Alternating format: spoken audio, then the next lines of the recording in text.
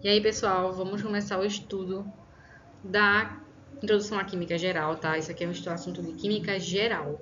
Só para a gente começar, a dificuldade que você tem em naturezas não é em biologia, não é em física, acredite, é em química.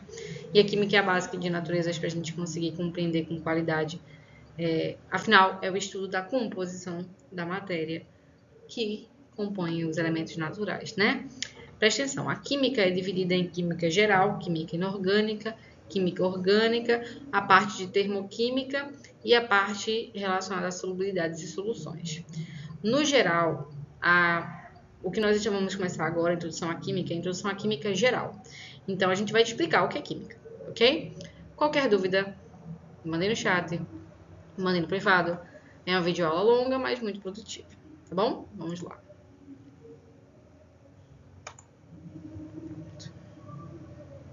Aqui. Então, vamos lá. Gente, o que é a química? O estudo da matéria. O estudo da composição da matéria. Tá bom, e o que é matéria? Gente, a matéria, ela é um componente que tem algumas propriedades, tá? Eu posso citar para vocês, por exemplo, coisas que não são matéria. A luz não é matéria, pois ela é energia. Ela não tem massa, ela não é divisível, ela não tem um ponto de ebulição, ou seja, ela transiciona nos estados da matéria. Não existe energia sólida e energia gasosa, né? Então, para vocês, o que é matéria? No geral, tudo que é composto atomicamente, de átomos. E aí eu vou entrar no estudo da atomicidade. Mas, química geral. O que é química? O estudo da matéria. E a matéria, ela costuma ter componentes, tá? Então, no geral, a matéria tem propriedades, né? Capacidades, características que as diferenciam de outros materiais. Vamos lá, presta atenção que alguns deles caem bastante na prova. Então, primeira coisa, massa. Como eu falei para vocês, a matéria é composta de átomos. Átomos têm prótons, elétrons e nêutrons. Vocês já lembram disso de atomicidade? E a gente lembra que o elétron não tem massa, por exemplo, mas o próton e o nêutron têm massa. Dessa maneira, a gente precisa entender que se o próton e o nêutron têm massa, o elétron praticamente a gente não considera, porque é muito pequena, mas se próton e nêutron, que formam um núcleo, têm massa e elas fazem o átomo, o conjunto de átomos faz uma molécula, né? E essas moléculas acumuladas, elas vão formar corpos compostos. A gente entende que a massa, na verdade, é a soma disso. Então, gente, a massa nada mais é do que a quantidade de partículas da matéria. A quantidade, posso até falar de átomos. Posso até falar a quantidade de prótons e nêutrons presentes nesses átomos. E isso é o estudo da estequiometria. A estequiometria, tanto é que vai se aprofundar nesse estudo do U. U é uma medida de massa relacionada à atomicidade, a prótons e nêutrons. E para a gente, massa também é grama, que são convertíveis. É fácil converter grama para U. A gente vai entrar nisso lá em estequiometria. Só entenda aqui, a massa é nada mais do que vocês já sabem, a quantidade de matéria, a quantidade de partículas que compõem a matéria. E lembrar que a matéria é composta de átomos. O átomo é feito de prótons, elétrons e nêutrons. Na verdade, núcleo e eletrosfera. A eletrosfera, feita de elétrons, composta de elétrons, né, em subníveis eletrônicos, e o núcleo, com prótons e nêutrons. Aquele núcleo é a nossa fonte de massa, ok? O que é que cai muito na prova para você? Presta atenção, a questão de Enem. Conversão de massa. Não esqueça do que é quilo, do que é tonelada, do que é grama, que na verdade são macro e micro componentes, né? Na verdade, relacionados à notação científica, né? Vocês sabem que quilo é 1000 gramas, 10 a terceira de grama. Tonelada é 10 a terceira de quilo. O que é 10 a terceira? 10 a terceira vezes 10 a terceira, bases iguais, somamos os expoentes. 10 a sexta de grama. E assim por diante, assim como as menores, né, as microescalas relacionadas a também notação científica negativa. Eu vou entrar nisso, mas para você levar para a vida, não esqueça que massa tem grama, mas também tem em U, estequiometria. Volume. Volume é a organização daqueles átomos, daquela matéria no espaço. E presta atenção, volume tem a ver também com o estado da matéria. A gente fala sobre isso nas características químicas, mas vamos dar só uma relembrada. Se eu pegar a água, tá? Essa água que tá aqui, e colocar ela numa panela e deixar ela aquecer até toda virar gás. Qual é o volume desta? Todo o espaço que eu estiver. Então, o volume aumenta de acordo, sim, com o estado da matéria, de acordo com a cinética, energia cinética desses átomos. Esses átomos podem estar paradinhos ali em estado sólido, eles podem estar um pouco mais levianos, sem uma forma definida, que é o caso do estado líquido, e eles podem estar com tanta energia cinética que eles ocupam todo o espaço, que é o caso do gás. Tá? Então, volume é a organização da matéria, mas isso varia muito de energia cinética, né? Energia cinética, todo átomo, todo elemento da partícula tem uma energia cinética, mas a gente sabe que é mais fácil quantificar isso traduzindo em estados da matéria. O estado sólido da matéria tem pouca energia cinética, não zero, pouca. O estado líquido tem um pouquinho mais, e o estado gasoso bem mais, além de outros estados da matéria que a gente vai conversar. Divisibilidade é a capacidade de perceber que a matéria ela pode ser dividida em partes infinitamente pequenas, sem perder sua composição. Até aonde? Até o átomo. O átomo. Até a parte não divisível da matéria, percebida por Demócrito lá na Grécia. Ok? Inércia. Inércia é uma característica, propriedade de matéria, que é associada também a uma lei física, né, de Newton. É a tendência do corpo a manter um estado, tanto o estado da matéria quanto um estado de movimento, tá bom? Impenetrabilidade. Em tese, dois corpos não ocupam o mesmo lugar no espaço. Dois corpos, matéria. Eu não estou falando de matéria e algo não matéria, tipo energia. Quer dizer que o Sol não penetra dentro das... Sim, mas o Sol, a energia solar, ela é energia, ela é algo não matéria, tá? Não esquece disso. Mas dois corpos não ocupam o mesmo lugar no espaço. E a compressibilidade, por exemplo, que é a capacidade da matéria de sofrer uma redução no seu volume, né? Porque, como já falei para vocês, o volume nada mais é do que uma organização, mas existe um limite, claro, mas essa organização ela pode ser deturpada, pois prova que é feito de átomos, pois prova que é matéria, tá? Propriedades químicas. Olha, algumas propriedades químicas são mais interessantes da gente se atentar, mas lembrar que todo componente da matéria vai ter, contudo em grande variação, né, de qualidade, né? Assim como a gente sabe que a massa pode ser pequena ou muito grande. No caso da combustibilidade, por exemplo, a capacidade de se tornar combustível, né? Isso é uma característica de alguns corpos, na verdade, todos, mas alguns com mais facilidade, reagindo com gás oxigênio e liberando energia em forma de calor. Isso é a capacidade de combustão. A oxidação é uma capacidade também possível química, né?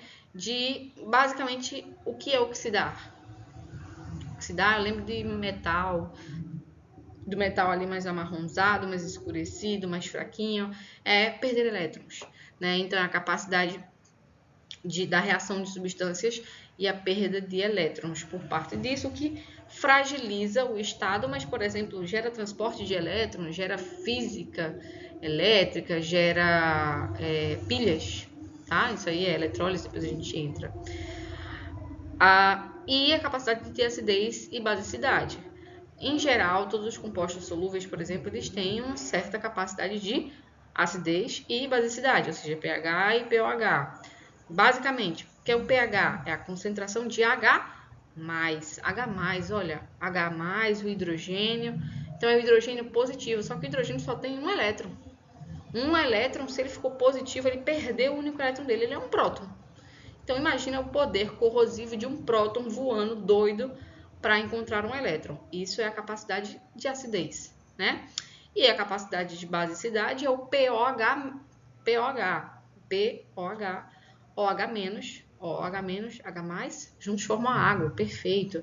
Ácidos e bases juntos formam a água. E o pOH-, né, a capacidade... Agora nós temos o oxigênio, que tem um grande poder oxidante, por isso essa palavra, carregado eletricamente, que também vai ter uma capacidade de alterar objetos químicos em reações, tá bom? Para fechar, características físicas que são muito importantes, e eu vou chamar a atenção para uma em especial, mas ponto de fusão e ponto de ebulição. O ponto de fusão está relacionado à transição da matéria fusão, que a gente vai ver daqui a pouco, relacionado a sair do sólido e para o líquido, tá? O ponto de fusão, por exemplo, da água, vocês já sabem que é zero, né? Então, a partir ali de 0 graus, a gente vai ter uma massa gélida de gelo, né? Por exemplo, que é a água em estado gasoso, sólido, transicionando para o líquido. Já o ponto de ebulição é o momento de transição entre o líquido e o gasoso. E aí a gente vai ter, por exemplo, mais uma vez, citando a água, a 100 graus Celsius. Mas, por exemplo, a acetona, ela tem um ponto de ebulição próximo a 27 graus Celsius. A acetona da gente, né, de limpar a unha. Então, por isso que a mãe fala pra você, olha, fecha direito a acetona, não deixa aberto. Por quê? Porque senão vai vazar, não vai ter mais acetona. E essa capacidade de diferenciar em pontos de ebulição e de fusão é uma característica da matéria, né? Densidade. Densidade é também relacionada à organização dos átomos, mas necessariamente dentro de um volume. Como é que esse volume é ocupado? Está relacionado à densidade. É aquela brincadeirinha do que é mais pesado, 1 kg de algodão ou 1 kg de metal, né? Quando perguntam isso para uma criança, ela sempre tem uma dificuldade de responder. Eu acho que o mais pesado é 1 kg de metal, 1 kg de ferro. Na verdade, o que ela está tentando expressar é que ela percebe que a organização, a ocupação volumétrica do ferro é muito menor naquela massa do que de 1 kg de algodão. E isso é a densidade, é a quantidade de matéria distribuída em um volume específico. Densidade é igual a massa sobre volume. Presta atenção que do que eu estou falando aqui é a parte mais importante da prova do Enem. A prova do Enem cobra muito para você de densidade e cobra com questões que vão comparar densidades em soluções. Então, ele vai colocar água, óleo, uma pedrinha caindo e vai falar quem é que vai ficar flutuando, quem vai ficar acima de quem. E é sua responsabilidade saber disso. Basicamente, as densidades maiores, elas vão ficar embaixo. Elas vão ser mais atraídas pela força da gravidade, elas vão ficar abaixo na solução. Enquanto que as densidades menores vão ficar acima. Detalhe, ponto 2. É sua responsabilidade saber decoradas duas densidades, tá? A da água, que é de 1 grama por ml, ou 1 grama, 1 quilograma por litro. Deixa eu traduzir direitinho. Em 1 ml de água, eu obrigatoriamente tenho o peso de 1 grama, tá? Em 1 litro de água, eu tenho obrigatoriamente o peso de 1 quilo. Então, se eu perguntar pra vocês bem rápido, quanto é que pesa aí o galão de água que acaba atrás da sua casa? 20 quilos, você sabe? Porque tem 20 litros. Isso é importante, é informação importante pra gente ter. E isso o Enem não é obrigado a lhe dar, tá? Assim como nenhum vestibular. Outra característica importante é você saber uma das poucas coisas, muito presente em prova, que tem uma densidade menor do que a da água. A densidade da água já é baixa, é uma densidade legal. Mas o óleo tem uma densidade de 0,8. Então, em soluções que misturam água e óleo ou algumas coisas oleosas, lembrar que o óleo não vai se misturar com a água, então ele vai ficar separado na solução, eu vou falar sobre isso já já. Ele vai ficar acima da água. Então, tem óleo e tem água na questão? Óleo, água, outros materiais, provavelmente, tá? E lembrar que a da água é 1, a do óleo é 0,8 e o resto a questão tem que lidar. Para fechar, a solubilidade, a capacidade de se dissolver em líquidos. Isso aí vai ser mais presente, óbvio, em certos materiais. Claro que de acordo com as suas características de elementos químicos, mas fica aí como propriedade da matéria para a gente rever. Então, você já entendeu o que é matéria, o que é a química, tá? Preste atenção agora em algumas dicas relacionadas a transformações e coisas que você pode ser cobrado na hora da prova. E vamos lá, em uma situação completamente diferente, um ambiente diferente, mas a aula é a mesma. Pessoal, vamos falar agora sobre as mudanças de transição de estado da matéria que você mais vai utilizar na prova, ok? Então, vamos lá. Volume. Como a gente viu, o volume ele é uma dimensão relacionada à ocupação de espaço dentro do ambiente. E a gente precisa ter noção que, na verdade, para falar de espaço, eu preciso falar de algo tridimensional.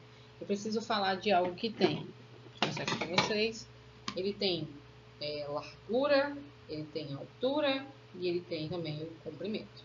Então, a gente está falando de uma visão tridimensional, ok? E se é tridimensional, a gente vai trabalhar com, na verdade, o que mede uma dimensão, só que a terceira, né? Então, nós temos metro por metro, olha aqui a área, metro por metro, né? Então, a gente trabalhando com metro cúbico e as suas reduções de tamanho, né? Centímetro, decímetro, milímetro, assim por diante. Pontos importantes a você entender. O litro, na verdade, ele é uma expansão do metro cúbico. Então, o que a gente chama de litro, que a gente ouve falar muito de litro, na verdade é o metro cúbico, tá? Ou é o centímetro cúbico, ou é o decímetro cúbico. Deixa eu explicar. Gente, se eu pegar 1 metro, dividir em 10 partes, cada parte se chama o quê? Decímetro. Essa é a lógica do decímetro, é a 10ª parte do metro. Se eu pegar um bloquinho de 10 centímetros, tá? Que é um decímetro, por 10 de altura, eu vou ter o que a gente chama de 1 litro, que é o que essa imagem aqui desse rapaz está representando, tá? Esse bloquinho aqui de 1 decímetro cúbico, ou seja, 10 por 10 por 10. Isso aí é 1 litro. Então, o litro é isso. Decore, 1 litro é 1 decímetro cúbico. E aí, a gente vai entender também que nós também vamos ter o centímetro, que é muito mais utilizado para a gente, né? Muito mais palpável, em especial quando a gente fala desses objetos assim, pequenos, escolares, são bem interessantes. E aí, o que a gente tem que proceder? Em relação aos materiais didáticos, o centímetro em si, o centímetro também vai ter ele ao cubo. Né? E o que seria 1 centímetro cúbico? É um mililitro, né? Que a gente chama de mililitro. Então, se eu pegar uma caixinha de 1 por 1 por 1, cabe nela o quê? 1 ml, ok? Para finalizar, nós vamos ter o metro. Bem que se eu pegar uma caixa de 1 metro por 1 metro por 1 metro, é a caixa d'água tradicional da gente, é a caixa de 1000 litros. É porque a caixa não é quadrada, mas é aproximado desse tamanho, se você perceber. 1 litro por 1 metro, 1 metro, 1 metro. Então, de novo, decímetro cúbico, mesma coisa de litro. O que é um decímetro? 10 centímetros. É o metro dividido em 10 partes. Se o centímetro é o metro dividido em 100, um decímetro é o metro dividido em 10. E o que é o litro? O litro é um decímetro cúbico. É uma caixa de 10 por 10 por 10. O ml é uma caixa de 1 centímetro, 1 por 1 por 1. E nós vamos ter os 1000 litros, né? O metro cúbico, ele vale 1000 litros. Ok? Então, isso aqui é decorar, tá? Decorar. 1 centímetro cúbico tem 1 ml. 1 decímetro cúbico tem 1 litro. E 1 metro cúbico, 1000 litros. Isso está na sua cabeça, na sua visão. Ok? Veja aqui que ele coloca as representações pra gente bem legais. Ok? Vamos pro próximo. Vamos falar agora sobre densidade. Gente, olha. Pense num cabinha que a prova de nem gosta. É densidade. Eu vou pedir a sua máxima atenção para tudo que você está fazendo aí na sua vida. E preste atenção aqui no que eu vou falar sobre densidade. Tá bom? Gente, ó. A densidade é uma análise de substâncias voltada a o quanto ela se distribui no espaço. Ok? Mais uma vez, o que é densidade? Massa sobre volume. Como a massa se distribui no seu volume? Se ela é compacta, se ela é mais distribuída, como é que a massa atômica se organiza, né? Então, é aquela conversa que eu sempre falo para vocês, eu acho sempre boa essa analogia, que é o que é mais pesado, é 1 quilograma, né? De algodão ou 1 quilo de ferro. A gente é levado a pensar que a resposta é 1 quilo de ferro, mesmo sabendo óbvio, mesmo sabendo que é o mesmo peso. Mas por que isso? Por causa da densidade, tá? Então a gente tem noção que o algodão ele tem uma menor densidade, porque ele vai ter menos massa no mesmo espaço de volume se eu comparar com o ferro, tá? E essa é a nossa medida de densidade. Densidade é massa sobre volume. Decora, densidade é massa sobre volume. DMV, ok? Decorado isso, a gente começa a entender que quando eu misturo objetos, soluções líquidas, sólidas, né? Até em si gasosas, mas vou comentar sobre a história do gasoso, elas vão se organizar de acordo com a sua densidade, caso elas não se misturem, né? E quando elas não se misturam, presta atenção que elas não se misturam, tá? Se se misturar, ela vai formar uma nova solução, uma solução homogênea. Mas as soluções heterogêneas, as soluções que não se misturam, que formam fases, né? Olha aqui, ó, esse exemplo bonitinho, temos uma cortiça num copo de água com um chumbinho caído. Se a mistura heterogênea, assim, pelo simples fato que nós temos materiais em diferentes Estados da matéria, vou falar sobre estados da matéria, mas vocês sabem que a cortiça é sólida, vocês sabem que a água é líquida e vocês sabem que o chumbo é sólido, ok? Mas mesmo o chumbo e a cortiça sendo sólidos, eles se organizam de maneira diferente dentro do copo de água. Não é só porque o cara é líquido e o outro é sólido que ele cai. Veja que a cortiça vai ficar flutuando, né? E o que se dá essa característica de flutuar? Preste atenção. Densidade, os objetos de maior densidade, eles sempre vão se posicionar maior densidade para baixo, numa solução heterogênea, uma solução de fases, uma mistura que não se mistura, ok? Eles vão descer, eles vão afundar, porque eles têm maior densidade, eles têm maior massa e são mais atraídos pela gravidade. Contudo, os objetos de menor densidade, eles vão acabar flutuando, sendo menos atraídos pela força da gravidade e sobrepujando-se, né? Cada um vai ficando um em cima do outro, fazendo uma coluna. E essa coluna, preste atenção, aumenta atenção para tudo. Essa coluna é uma questão garantida do Enem. Garantida todo ano, você nem precisa se preocupar. E não lhe digo mais, você precisa saber algumas densidades decoradas, tá bom? Preste atenção. A densidade da água é 1 grama por centímetro cúbico. Ou, lembra que é centímetro cúbico? ml. Estou dizendo que a cada 1 ml de água eu tenho 1 grama. É a mesma coisa que o botijão de água de vocês, que você sabe, por exemplo, decorado, que eu acredito que você sabe, que aquele botijão de 20 litros tem 20 quilos. Por quê? Porque a densidade da água é 1 kg por litro. Quilograma é 1000. Litro, vamos manter assim. Mas quando eu tiro o quilo do grama, fica só grama. Para diminuir, tirar do litro, preciso jogar menos 1000. Preciso voltar algumas casinhas, preciso colocar em mililitro. Então, quando eu falo que a densidade da água é 1 kg por litro ou 1 grama por ml, é a mesma coisa, tá? São as mesmas medidas. Então, assim, você precisa saber a da água, tá? E a que não se mistura com ela sempre vai estar acima. Carinha de prova, você precisa saber. É do óleo. Tá? Água e óleo não se misturam, a gente sabe disso, é uma mistura heterogênea. O Enem adora colocar isso na questão. E bota aqui o óleo aqui em cima. Porque a densidade do óleo você precisa saber, que é menor do que a da água, de 0,8. Tá bom? Aqui tá uma tabela com algumas outras densidades que você precisa conhecer, mas assim, só conhecer, acho que é perceptível para o estudante a questão do metal como maiores densidades, né?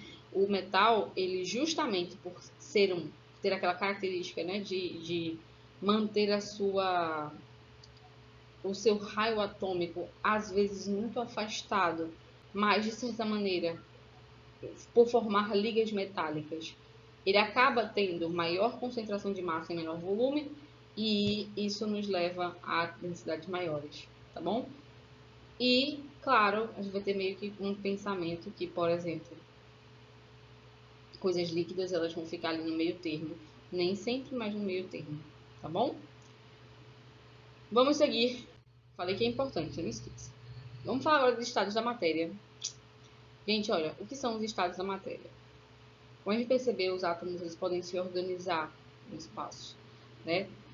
Essa organização, ela não é fixa, né? Ela depende de uma coisa muito importante chamada energia. Tudo no nosso sistema aqui não é matéria, é energia.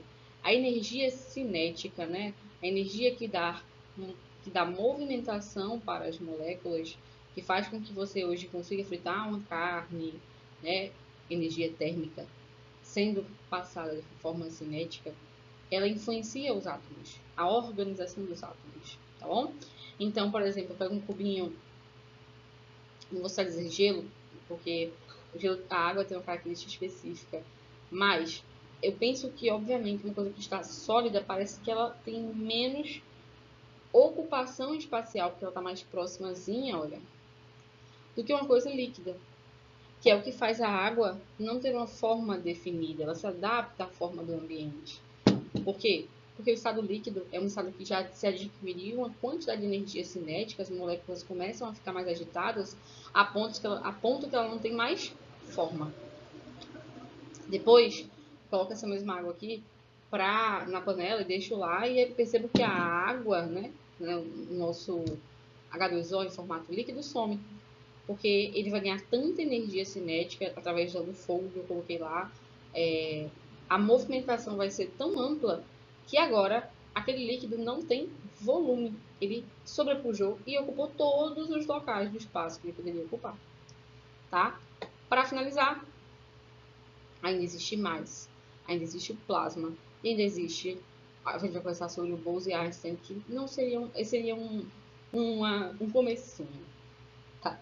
Mas, o que a gente, como seres humanos que moram no planeta Terra e que não sabem muito de física avançada, conhecemos de estado da matéria, desde pequeno, sólido, líquido e gasoso. O que eu posso lhe acrescentar de a mais você saber é que sólido, líquido e gasoso, eles vão variar de acordo com a energia cinética, tá? Então, as moléculas elas sempre estão ali em agitação e vai ter um acúmulo de energia cinética, pode fazer com que elas se agitem a ponto de, vamos lá, qual é o ponto de fusão da água, saída do sólido para o líquido, 0 graus Celsius. Então ele vai ganhando ali calor pelo ambiente. Vai ganhando calor pelo ambiente até que aquela conformação travada não faz mais sentido pela agitação molecular e passa por um processo de transformação de estado da matéria, que é a transformação do sólido para o líquido por ponto de fusão. Vamos estudar isso em calorimetria quando chegar no segundo ano. Esse processo até é bem interessante porque é um processo que não muda a temperatura. As moléculas vão se modificar. E elas se modificam fazendo o quê? Presta atenção. Do sólido, nós temos volume, nós temos forma, nós temos a massa, né? O quantitativo de matéria. Quando eu passo do sólido para o líquido, eu perco o quê? Volume, forma ou líquido? Ou, desculpa, massa. Volume, forma ou massa? Isso mesmo. Perco forma, tá? Perco a forma e é por isso que os líquidos conseguem se adaptar onde eles são inseridos. O líquido também vai ganhar um estado da matéria, uma energia cinética o suficiente. Claro que isso não ocorre aqui no planeta Terra em ar ambiente, né? Isso ocorre, na verdade, com a dependência de outros agentes. E aí a gente vai transformar do líquido para o gasoso a 100 graus Celsius, nosso ponto de ebulição, onde agora, além de não ter forma, a matéria perde seu volume. Né? Então, eu gosto sempre desse exemplo porque ele é um exemplo polêmico que todo mundo gosta. Vou dar um exemplo polêmico, mas antes de dar um exemplo clássico. A pessoa passa perfume no ambiente, a hora que ela chega, todo mundo sente. E às vezes as pessoas acabam tendo aquelas flatulências, né? Quando falam de naturezas que relaxem sobre o assunto, mas aí a pessoa solta uma flatulência, o volume com certeza foi muito pouco, mas quando existe a evasão do gás, todo mundo no espaço sente. Por quê? Porque o estado de energia cinética das moléculas que estão no gás é tão obtuso, é tão absurdo, que ele ocupa todo o espaço, não existe volume. O volume é total espaço. Se eu tenho um quarto de 40 litros, vai ocupar 40 litros. Se eu tenho uma sala de 500 litros, 500 mil litros, vai ocupar tudo. O tempo que essa ocupação vai ter vai variar, nós sabemos muito bem por experiência própria. Mas isso é muito importante, tá bom? E é importante para você conhecer as transformações de estado da matéria. Né? Então, nós vamos ter do sólido para o líquido a fusão, uma palavra chata, você precisa conhecer. PF e PE, tá? Ponto de fusão, ponto de ebulição. É assim que a química chama essas transições de estado da matéria. O sólido para o líquido é a fusão e o líquido para o gasoso, para a química, é o ponto de ebulição. Para a física, muitas vezes é chamado de vaporização, mas vamos chamar de ponto de ebulição, que é mais fácil. O retorno fica muito tranquilo, veja que não tem estresse, você vai decorar simples. Se eu sou um gás e volto a ser líquido, eu condensei. Houve uma condensação da minha organização material. Se eu saio do líquido e vou para o sólido, eu solidifiquei, não tem dificuldade. E a sublimação é a passagem de mais de um estado da matéria. Não tem estresse aqui. Outra coisa, substância. O que é isso de substância? As substâncias, elas são organizações da matéria com características bem definidas, tá? Existem substâncias puras e substâncias e misturas. Veja, a palavra pode ser complexa, mas você sabe. Isso aqui é uma substância pura ou é uma mistura? Fique à vontade para responder. Quem falou pura, de certo modo está correta, porque aqui a gente tem predominância de H2O. Para quem falou mistura, porque sabe que existem alguns sais minerais aqui também está correto, porque você tem a noção que existe uma união, né? O que você precisa entender. Pronto, dá outro exemplo aqui. Isso aqui, substância pura, você pode ser uma mistura, se você considerar esse lado aqui. O importante para você entender de diferença de substância pura, substância e misturas, é que o ponto de fusão e o ponto de ebulição vai variar. Isso é importante. Então, você botar uma água destilada e botar uma água de cozinha, né, que ela vai ter cloro, ela vai ter alguns aditivos, a água destilada, a água pura, obviamente vai chegar mais rápido ao estado gasoso do que a água que tem alguma mistura, que ela vai ter que esperar os outros ambientes, os outros materiais alcançarem aquele nível. Né? Então, aqui, olha, a nossa curva de aquecimento da água pura. A água pura, veja que ela vai... Eu sou gelo, vou subindo até 0 graus Celsius. De 0 graus Celsius, eu passo um tempo me transformando em gelo-água, né, em formato líquido. Sou líquido, se eu continuar subindo a temperatura, ele vai até o ponto de ebulição 100. Vai passar um tempo fazendo essa transformação agora para gasoso, mudando a sua conformação de moléculas e vai continuar ganhando. É diferente se fosse uma substância, uma mistura, que ela não vai ter isso tão retinho. Ó, veja que esse estágio de transição aqui que eu estou fazendo vermelho para vocês, ela dá uma quebrada, ela não fica retinha, fazendo a mudança do estado do gasoso para o líquido. Ela vai dar uma descurviada. Isso cai muito em prova de Enem. Ela coloca essa curva assim, em vez de botar assim bem bonitinho, ó, retinha, ele coloca isso aqui e pergunta o que é isso. É uma mistura, fique tranquilo. Outra coisa, gráfico de transformação de matéria. Parece complexo, mas é muito simples. Todo gráfico ele é abscissa e ordenado. Então, nós temos aqui a temperatura e a quantidade de energia que foi dada. Quando você olhar para um gráfico de transformação de matéria, você vai procurar os dois pontos mais planos possíveis. Que, como eu lhe falei, na hora de transformar ser gás para ser líquido, não dá para simplesmente virar. Ele precisa reorganizar a sua conformação atômica. Existe uma atração entre aquelas moléculas. Então, elas vão passar um tempo sem ganhar energia, assim, elas ganham energia, desculpa, sem variar a temperatura, porque elas vão estar consumindo aquela energia para quebrar a molécula, para reordenar as moléculas, a sua conformação molecular, e depois vão voltar a ganhar energia, né? Vão voltar a ganhar temperatura. Então, veja esse aqui, da direita, né? Que eu estou com o mousezinho em cima. A gente tem um objeto que foi ganhando peso, foi ganhando energia, quando chegou no zero ele estabilizou. Procura a primeira estabilização, é o PF, é o ponto de fusão. Subiu, continuou subindo, o que é que está me dizendo? Aqui está me dizendo que ele era sólido. Aqui transformou-se sólido para líquido. Aqui é líquido. E estabilizou de novo. Nós temos agora uma transformação de líquido para gasoso. E o que está aqui acima indica gasoso. Se a questão lhe perguntasse qual é o ponto de fusão, e se eu colocasse o gráfico? Aqui. O ponto de fusão é zero. Olhem o exemplo agora da nossa transformação de mistura. Transformação de matéria de uma substância mistura, né? Uma mistura. Ele começa a ganhar a partir de 20, ó, sólido, próximo ao zero. Ele faz uma transformação. Mas não é retinho, por quê? Porque primeiro vai fazer a transformação à água, para depois os sais, não sei o quê. Mas é próximo da água pura. Né? Aqui é uma água pura, aqui é uma água com sais. Depois virou líquido, ganha.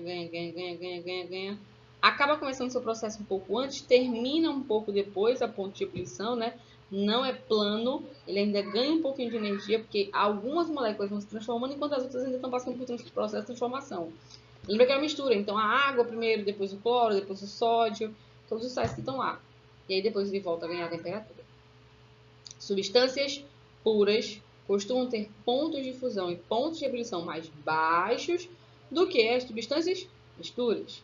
Pois as substâncias misturas, elas primeiro vão transformar os seus materiais para depois o que restar ali também vai ter que passar por ou vai sair, ou vai evaporar, ou vai ficar no espaço, mas vai passar por uma transformação também para desagregar aquela molécula, ok?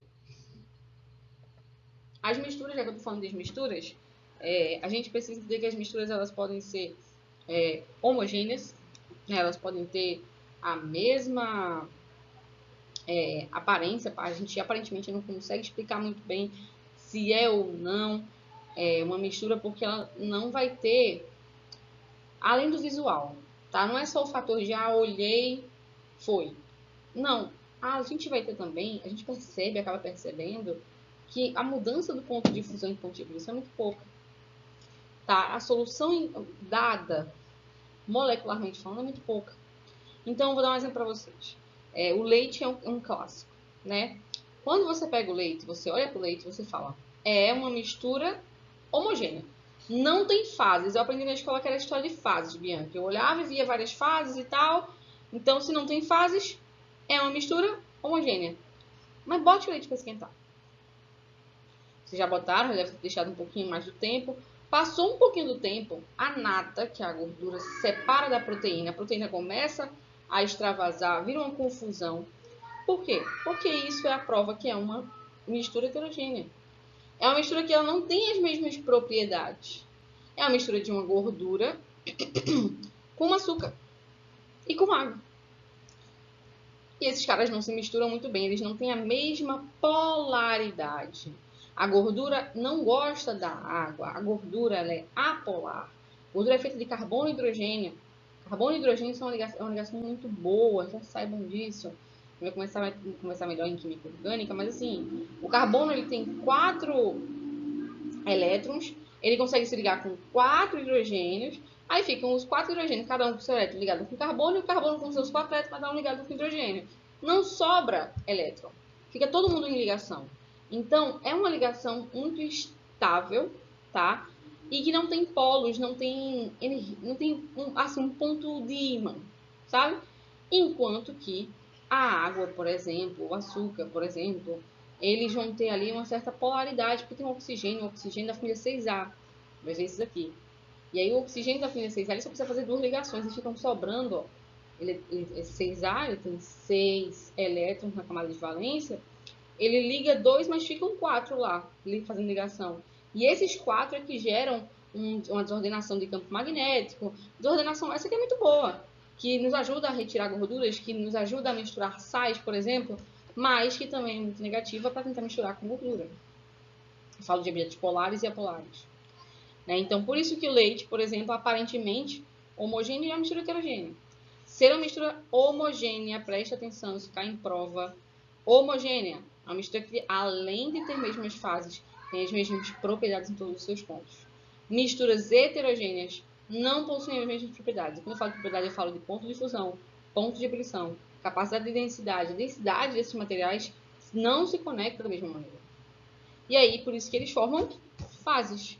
Eles já sabem, né? Vai ficar se organizando de acordo com a densidade que a gente acabou de falar. Essas fases podem ser 1, 2, 3, com várias, né? Misturas monofásicas, bifásicas, trifásicas. Detalhe, mistura não tem a ver com água, não tem a ver com líquido, não se confunda. Né? A gente tem aqui, olha, o enxofre, o ferro e uma mistura heterogênea bifásica do enxofre com ferro. Né? Veja que eu tenho uma água com sal, com açúcar, perdão. A água se mistura com o açúcar, a relação dessas moléculas é tão positiva que elas conseguem ter mesmo PF e mesmo PE. A questão é que quando a água, por exemplo, evapora, fica só o açúcar. Mas elas conseguem ter mesmo ponto de fusão, mesmo ponto de ebulição, a densidade se mistura muito bem. Ok? Colocou aqui pra gente água e óleo. Mistura que não rola, né? Já falei. Água e óleo não se misturam, nós vamos ter aí uma coisa hidrofóbica com uma hidrofílica, e isso é uma mistura heterogênea bifásica, ok? E aí, vamos a um ponto que o Enem adora. E sabe o que eu acho muito louco nessa parte dessa aula? É que a gente tem pouca oportunidade para ver isso no ensino médio, e às vezes não vê com muita qualidade, então eu tenho que prestar assim, muita atenção agora. Eu vou falar um pouquinho sobre separação de misturas, tá bom? Como é que funciona? Existem vários tipos de misturas. A pergunta é como é que eu vou separá-las? Né? Como é que eu vou dar a César o que é de César? E isso vai ter muito a ver, preste atenção, com o que é que você quer fazer naquela mistura. Você, primeiro, está colocando a mistura homogênea ou heterogênea para interagir? Segundo, os materiais que estão lá, você quer aproveitar os dois ou não? Né? E terceiro, o quão rápido você quer fazer isso? Perfeito? E isso vai gerar a escolha de separação de misturas. Que alguns vocês vão perceber que dá para aplicar em várias. Mas a gente não quer que se aplique em várias. A gente não quer gastar aquele tempo. A gente quer gastar aquele valor. Então, preste atenção para você entender agora, tá? Preste atenção nos exemplos, porque cai do mesmo jeito também. Então, vamos lá. Olha, separação de misturas clássicas, decantação. Decantação, gente, a nossa caixa de água faz todo dia. A decantação é quando entra uma mistura com água, tá? Normalmente pode ser um líquido, mas a água é um bom material. E algum tipo de detrito, né, que não se mistura com ela, algum sólido. E aí, quando a gente deixa ela em descanso, a gente acaba percebendo que justamente por molecularmente isso não casar, diferente do sal, você joga o sal na água, acabou. Porque o sal é hidrofílico, filo, amor, hidroágua. O sal é hidrofílico, todo sal mesmo, a palavra sal, que advém de um ácido e uma base, ele se dissolve em água, porque a água tem essa capacidade de ter polos. O sal é uma ligação iônica, é uma ligação que forma íons, a ligação de um cara que quer dar elétrons com um cara que quer receber elétrons, eles vão se organizar automaticamente para lados opostos.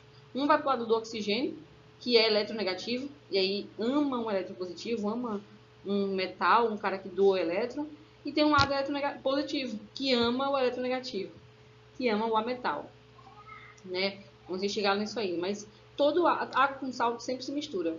A água com outros detritos que não são sais, ela tem essa dificuldade de se misturar, né? Areia, por exemplo. E aí você vai deixar essa mistura heterogênea de sólido com líquido em descanso, tá? E em vista de densidade, sabendo que aquele detrito ele vai ser mais denso do que a água, ele acaba se depositando no ponto mais baixo da solução, tá? Quando há essa deposição no solo, você pode esperar a mistura se acalmar, né? E fazer o despejo. É assim, gente, pela decantação, já que é aula de natureza, a gente precisa falar que os lençóis freáticos fazem essa movimentação de água. Chove, se mistura com detrito de areia, fica barroso, até que, quando existe a queda para a via de lençóis freáticos, né, são montanhas cascudas, assim, montanhas de vários níveis de pedras, quando a água for caindo, ela vai acabar se decantando naturalmente, e aí formando aqueles grandes poções de água que nós conhecemos. Ok? Segundo passo, centrifugação. A centrifugação, ela é um método que necessita de materiais. A centrifugação, ela é uma separação de uma mistura heterogênea, mas de difícil visualização. É o caso do sangue, é o caso do leite, principalmente sangue, tá? Quando você faz um hemograma, você vai medir... como é que os caras contam as células? Eles não vão contar. Eles vão botar o sangue aqui, ele vai girar bem rápido através da força centrípeta, através da ação da gravidade. A gente vai perceber que, como a mistura heterogênea, as coisas mais sólidas vão ficar embaixo, as coisas menos sólidas vão ficar em cima. E aí, por exemplo, dentro do nosso sangue a gente vai ter água, né? Mas a gente também tem células, a gente também tem ferro. E aí a gente acaba percebendo essa organização e às vezes o tamanho daquela coluna diz pra gente a quantidade de células. Hemoglobinas que tem, porque ela é uma proteína, mas também tem associação com ferro.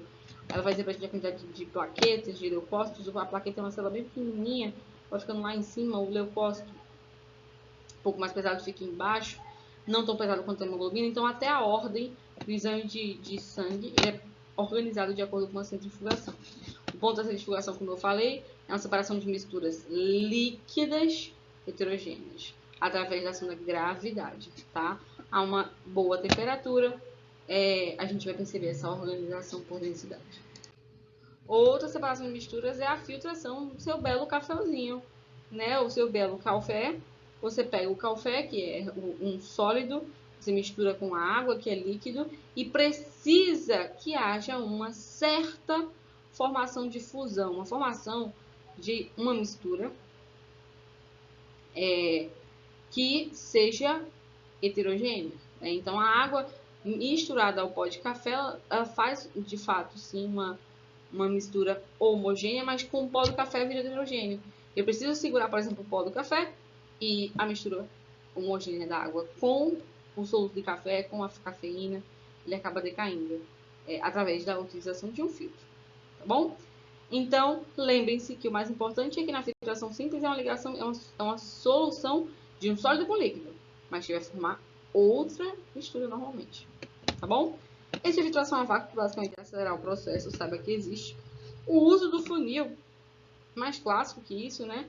A gente vai utilizar o funil em misturas heterogêneas de líquidos, sabendo que um vai ser decantado ou separado e o outro não.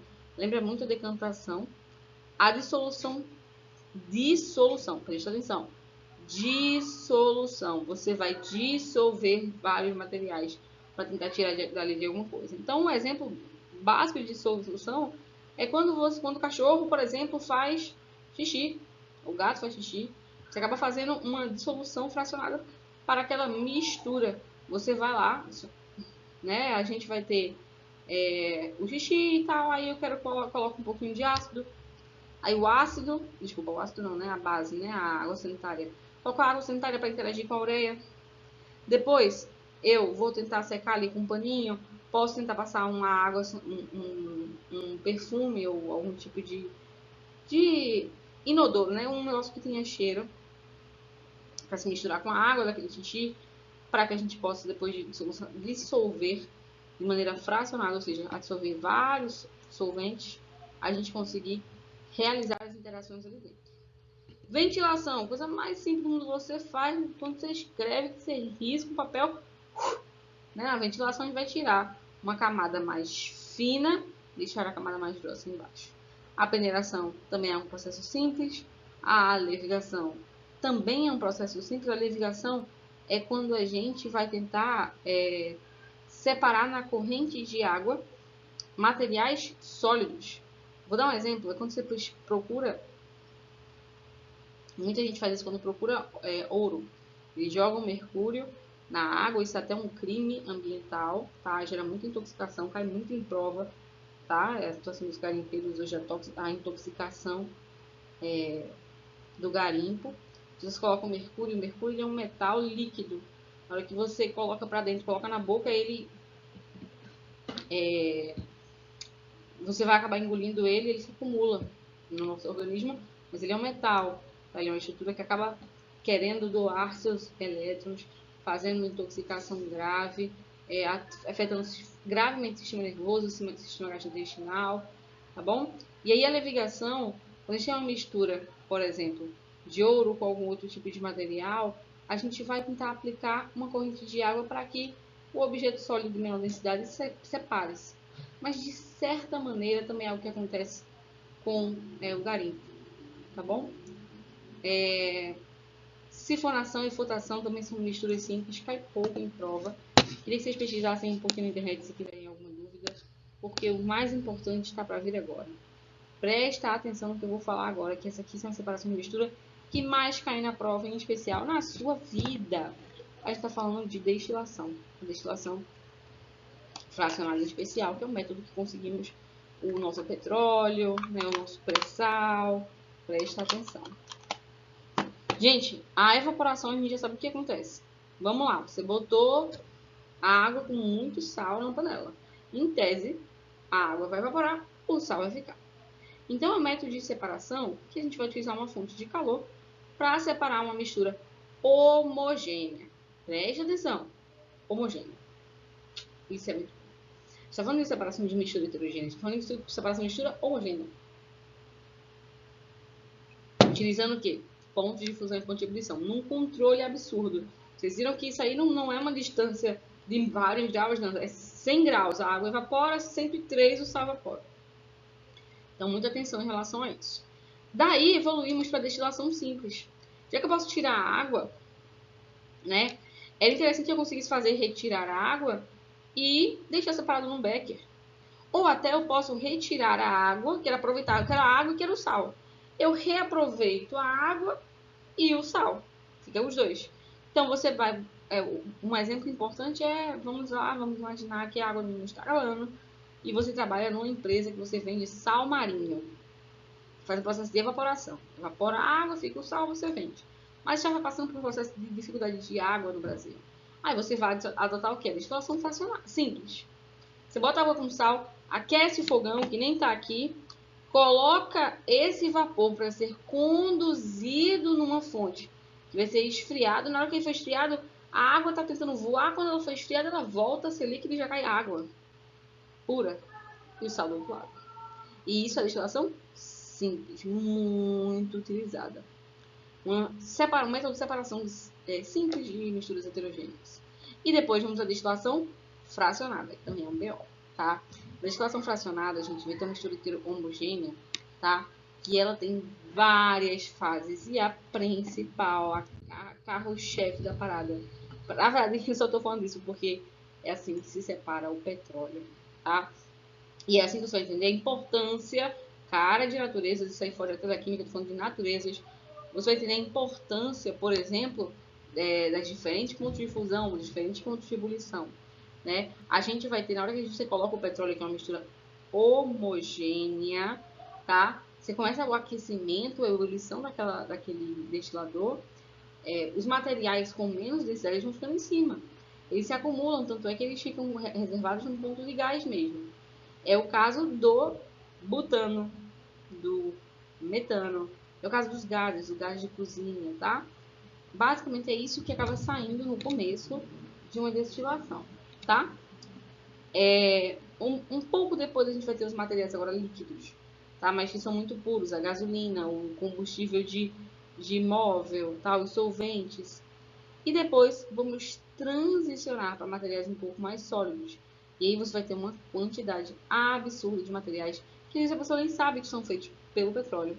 São materiais mais sólidos, a gente está descendo agora a torre de destilação, né? Então eu vou ter a produção de nata, matéria-prima para diversos produtos, para plásticos, depois querosene, combustível de avião a jato.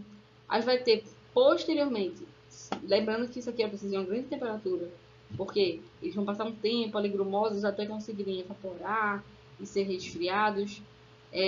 Vamos ter até o ponto do piche, tá? Então, gente, piche, chiclete, todos os plásticos da sua casa, tudo isso é feito de petróleo, tá? E aí vamos entender a utilização e uma consciente de utilização do petróleo. Gente, presta atenção.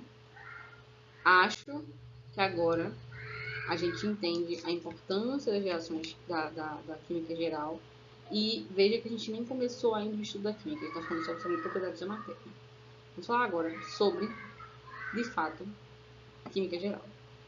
A química geral, a química é o estudo também, além da matéria, da reação, as reações dos produtos químicos. E para entender, a gente sabe que as reações elas podem ser de vários tipos. O clássico, matemática. Um mais um é 2. Uma coisa que se mistura com outra para dar outra. Isso é uma reação de adição. Reação de soma, simples. Tá? Outro tipo de reação que também é muito simples. Uma reação de decomposição. É o contrário. Né? É uma reação de subtração. É quando eu tenho A e B juntos, eles se separam e formam mais B. É o caso, vamos dar os exemplos clássicos, aqui é a formação da água. A água é formada de hidrogênio e oxigênio. Então, estava lá o gás hidrogênio, o gás oxigênio, segundo a nossa teoria de formação do universo, tinha lá o gás hidrogênio, o gás oxigênio, muito estresse, muita energia envolvida, existiam várias tempestades e acabou se juntando e formando a água. Teoria essa que já caiu, hoje a gente sabe que a água toda do planeta é extraterrestre, mas tá aí pra gente entender que é possível formar água através de H2 e O2. Contudo, também é possível fazer o contrário. Existem. Esqueci o nome. Perdão. É como se fosse carros movidos a água, tá? Carros movidos a hidrogênio, carros movidos a água. Eles se decompõem justamente da separação do H2 e do O2 na água, tá? São carros movidos a hidrogênio, autossustentáveis. E, inclusive, teve uma parada bem interessante aqui no Brasil, porque teve esse cara que conseguia fazer o carro dele girar com água, vender com água, e ele sumiu do mapa. Mas tá rico já, né? Deve ter comprado a ideia e ele já tá rico. Reação de simples troca. Vamos lá, eu tenho aqui um produto A com mais B, C, que gera um B mais AC. Vou dar um exemplo para vocês aqui, mais aplicável. Ele colocou aqui pra gente um exemplo do ferro, tá? Um material de ferro, interagindo com o nosso estômago. O ferro é muito bem absorvido pelo estômago, o ferro que faz dar origem ao seu sangue. E aí, por que ele é bem absorvido? Porque ele acaba liberando o H2, tá? Ele junta as moléculas de H2, o hidrogênio vai embora, o gás ou se arrota, e ele forma um salzinho, que torna-se muito difícil de quebrar. Então, veja, eu tinha ferro e HCl, ferro, hidrogênio e cloro. E aí o ferro se juntou com o cloro, com duas moléculas, tinham duas, se juntou com duas moléculas de cloro, formou um sal, e o hidrogênio evaporou. Tá? Isso é uma reação de simples troca, e aí também fica claro como é dupla troca. Para a gente representar reações é assim, tá? Aqui no caso, os produtores, né, basicamente, e o produto, tá bom?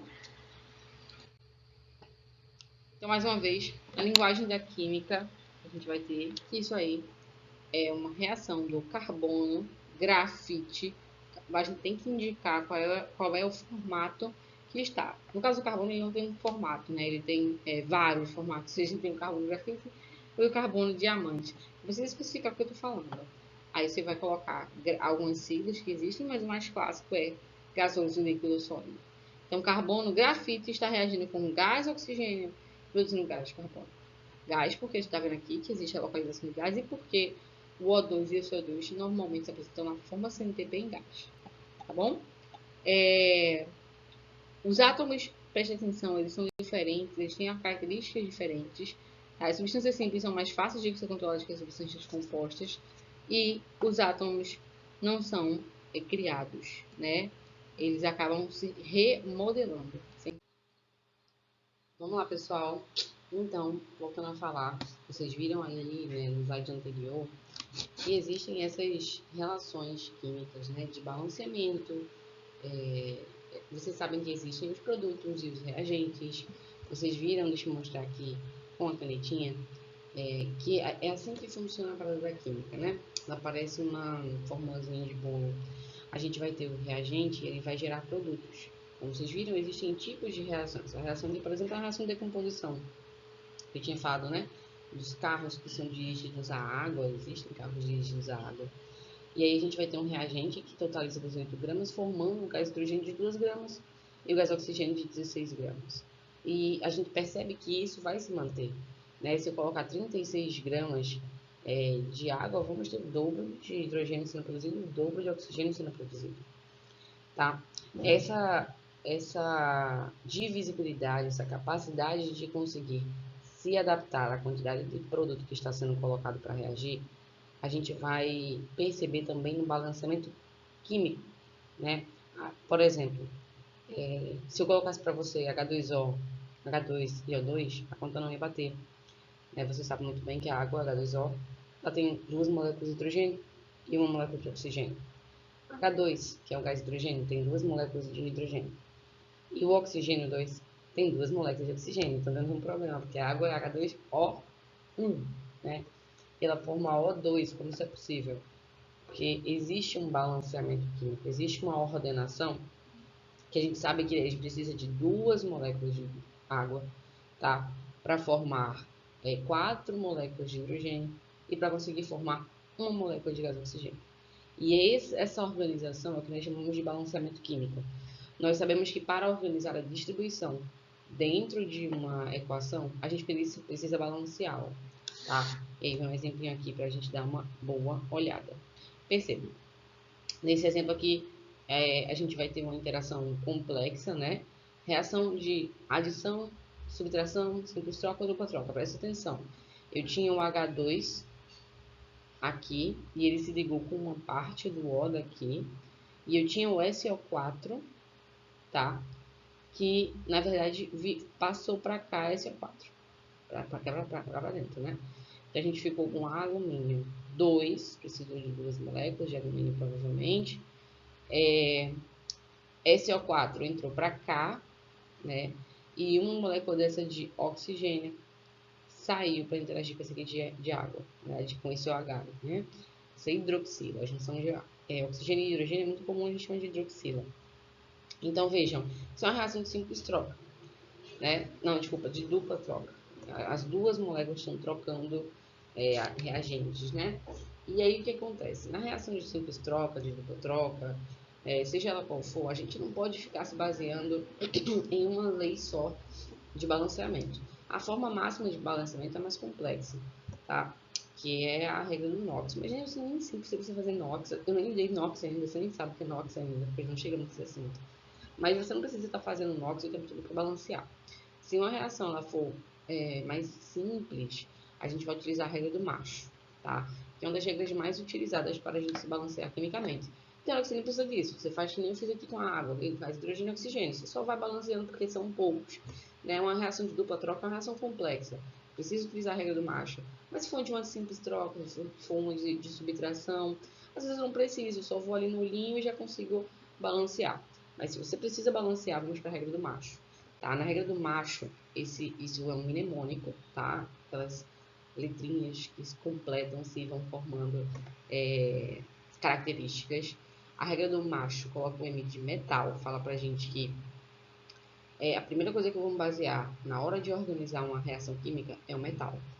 E para isto a gente vai ter que conversar nessa aula /aula que vem sobre tabela periódica, o que é um metal, tá? O que é um metal, mas via de regra, o que é um metal? Família 1A e 2A, os caras que doam elétrons, e o alumínio, que é da família 3A.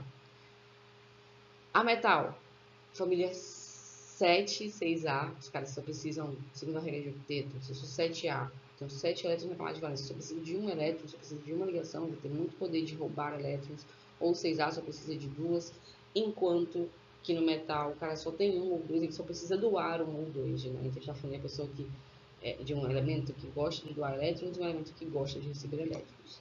Então você vai primeiro metal a metal, para depois seguir a regra do carbono, do hidrogênio e do oxigênio, que vão ser os elementos que a gente mais vai encontrar nas nossas reações químicas, e vou deixar por último, porque ele vai aparecer em vários pontos. Senão você não começa pelo hidrogênio, você não começa pelo oxigênio, eles aparecem em muitos pontos, são mais complexos. Então vejam aqui no nosso exemplo, né? Aqui nós temos o nosso metal, que é o alumínio. Nós vamos ter o nosso ametal, que é o enxofre, e depois o que sobrar, carbono, hidrogênio e oxigênio. Tá? Então vamos começar pelo nosso metal, o alumínio. Temos dois lados de alumínio aqui, o Al2, e aqui é só L1, não bate, vou ter que duplicar.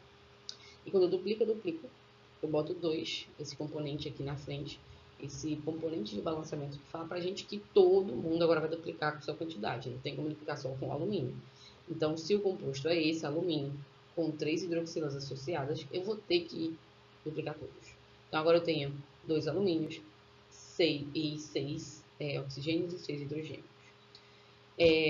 Tá batido o metal, posso ir para a segunda regra, A metal. Os ametais, família 6A e 7A, mais fácil, família 6A, decore. Os 7 porquinhos, O de oxigênio, S de enxofre, C de selênio, T de telúrio, e o cobalto. E aí, mas com certeza, esses aqui você não vai esquecer. E temos a família 7A, né? Começa com o flúor, com o iodo, com o cloro, com o boro, né? E aí a gente vai ter a família dos metais, nós temos o enxofre. O enxofre nesse componente aqui, ó, dos produtos, ele tem 3. Quando aparece assim, o parênteses, Bianca, e o SO4 dentro, tá falando o quê?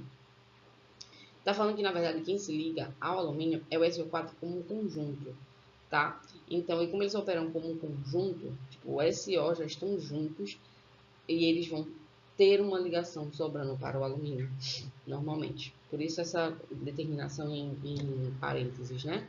Então, na verdade, eu tenho aqui, ó, 3 compostos de enxofre, que é 3 multiplicando 1 aqui dentro, entende? Então, é 1. Eu vou ter que jogar 3 na frente do composto dos reagentes que tem enxofre, que é o H2SO4, o ácido sulfúrico. Feito isso, a gente agora bateu. Vamos agora equilibrar os hidrogênios, tá? Não tem carbono, nós vamos pelos hidrogênios e pelos oxigênios. Então, eu acabei tendo 6 hidrogênios aqui e acabei tendo mais 6 hidrogênios aqui. Lá no composto final, a gente só tem hidrogênio na água, apesar de 6 moléculas de água. 6 vezes 2 já tem aqui, vai para 12, bateu. Vamos agora para o oxigênio. A gente tem oxigênio nos dois reagentes e nos dois produtos. Veja como o oxigênio sempre tem que ficar por último, ele é o mais complexo. Mas como a gente já fez toda essa adaptação, vamos só checar. E aí a gente vai ter 3 vezes 1 do oxigênio, 3 vezes 2, porque a gente duplicou, né, a quantidade. Então nós temos 6 oxigênios desse lado, 3 vezes 4, 12 oxigênios desse lado, 12 com 6, 18 oxigênios nos reagentes. E aí, na hora que eu vou conferir meus produtos, olha, eu vou ter 4 oxigênios nessa composição, só que vezes 3, 12, e eu vou ter 6 oxigênios aqui, 6 moléculas de água que tem um oxigênio, então 6 vezes 1, 6. 12 mais 6 também, 18, está tudo equilibrado, dá pra gente seguir. A regra do macho é muito boa. A regra de inox, eu vou explicar pra você quando a gente entrar em inox, ok?